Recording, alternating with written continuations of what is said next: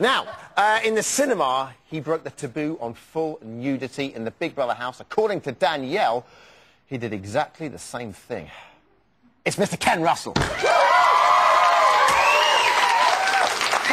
are you, Ken? Ken. Why did you leave? Before I answer that, may I just say I know what I just spent the £136 on. Go on. Some crystal champagne. A Magnum, yeah. But Big Brother doesn't encourage the bottle. No, I'm sure. That's one reason I left, you see. Why did you leave, Ken? Because you were doing really well and people liked you. I know, I just didn't get on with the terrorists. The terrorists, meaning... The terrorists. I don't know their other names. OK. So, do they have names? The terrorists are incognito, aren't they? Jade and Jackie, right? Who? Oh. They're scary names. Do you regret leaving at all? Yeah, I regret leaving the 11 magnificent friends I made before I decided to go. We were just talking off air, and it was... That argument was very... Like you said, you weren't getting on particularly badly with Jade at all. No, but she was very upset with somebody who should be nameless. And I was sitting in the garden in the morning when she came by with streaming mascara, crying her eyes out and vomiting. And she went into the ladies' gent, and Jermaine was so worried about her that he went and said, what's up? Is it something you've eaten? Nothing I've eaten. And she took half an hour to compose herself. And she came out, and I think she was very het up and keeping everything inside. Mm-hmm. So when I picked up a bicky, that was her excuse to go apeshit. Yeah. Just to let go. I was just the catalyst. In all honesty, she's under terrific pressure through relationships with somebody. With a mother. With a mother being there. Yes. And there were times when I'd see them go to a corner, and obviously they were both under great stress, both of them. And I think, frankly, the mother should be in care. And I'm not... No, I'm in all honesty... No, it's your own opinion. I took her after the row about the sleeping, I took her in the garden and we spoke pleasantly for an hour. And she told me about her 2 motorbike accidents. And on the second one, apparently she said, and these are her honest words, I died for 9 hours. Mm-hmm. So, obviously, she's brain damaged. Oh, Ken, you can't say that. No, I honestly think she's... You can't be dead for 9 hours and come out, you know, totally... OK. Well, let's move on to the task. Yes. So, the group incurred the fail because you ate the cheese and biscuits. Now, was that deliberate? Because you seem to be kind of playing by the rules until you picked up the cheese. I was playing by the rules, but I don't know if Big Brother was, because...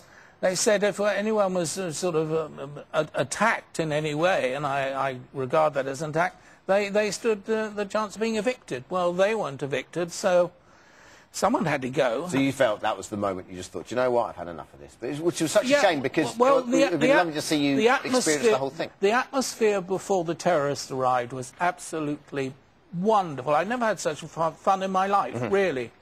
And we all getting on very well and getting to know each other, and there was a lot to people that wasn't just surface. I discovered one of the housemates had a collection of Picassos, where you don't, you know, and Matisse's, and was an art lover. Didn't see that come with Danielle, did you? Who was it? I forget who Danielle is. Danielle. Ian. Was it Ian? No, it was Ian. Picassos. Yes, Ian has an extensive art collection of 20th century masterpieces. Wow. OK, let's bring it down a second. Were you aware that you snored? Well, my dear wife's in the audience, and I asked her today, darling, do I snore? And she said... I heard that your wife plays a CD of waves or whales just so she can get to sleep and the penny never drops. You just thought, that's quite nice. Oh, I thought, yes, I always thought it rather eccentric of her to, you know, to do that. Have headphones. Well, as we made love with these whales. I didn't want to hurt his feelings by not telling only him snore like a whale, I'm built like a whale. OK, well, listen, here's some footage, dear Ken, that you might find slightly disturbing. I'll turn away. Nobody, I love you. when you're awake.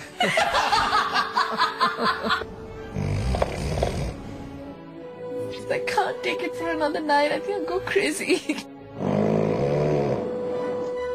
Can you give him something to stop him snoring, please?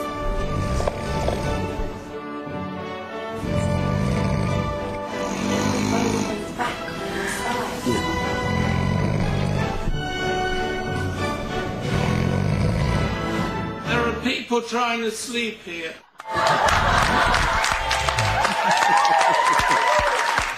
That was great. Well, that was after that phrase was uttered after the nookie in the four-poster bed. Now then. No wonder they were hot at night. Who are you, Ken? No, I'm not. That's true. But Ken, my dear. They were so hot, the couple, they asked for the heating to be turned up. Yeah. So the rest of us froze while they were getting hotter and hotter. The only rational thing you can do is snore. I couldn't get to sleep. How can I snore? Now, listen. With all the nookie going on. Ken, who are you going to That four-poster, I tell you, it was going like a galleon in a gale. We were so jealous, I couldn't believe it. That's Ken. why I tried to get below stairs with the maid servants. Who are you going to keep in touch with in the house, Ken? Everyone except the terrorists. Okay. Now, I'm not kidding. They're the nicest bunch of people I ever met. And they're all interesting, they're funny, they're intelligent, and they're funny. Yeah. You were a darling in the house, Ken. The women in particular loved you. Take a look at this. Wow. BBLB are proud to present Ken Russell's reversion classic, Women in Love. We're Ken's bitches. Yes, we're all away. And we're... I got to keep me bitches happy. Yeah.